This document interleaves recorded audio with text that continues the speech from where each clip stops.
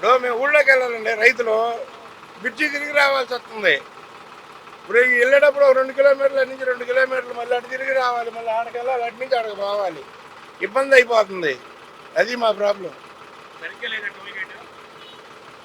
సరిగ్గా లేదండి, మేమేం చెప్తాం, అది అధికారికి తెలియాలి. అది మేమేం చెప్పగలుగుతాం రైతు వారీగా? మేము చెప్పలేం కదా, అది వ్యవసాయం చేసుకునే వాళ్ళం మేము. అది ప్రత్యామ్నాయ మార్గంగా ఆలోచించాలి ఏదన్నా కానీ.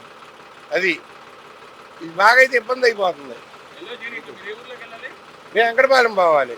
రోడ్డు సింగిల్గా అటు తిరుగుతున్నాం మేము. రోడ్డు సింగిల్ వెహికల్ 4 వీలర్ పంపిస్తున్నారు. ఇవాళ కొత్తగా బోర్డు పెట్టి ఇటు తిప్పన్నారు. టోల్గేట్ క్రాస్ రోజు అవ్వాలి, రోజు 4-5 సార్లు అవుతాం. ఎట్ట అవుతాం?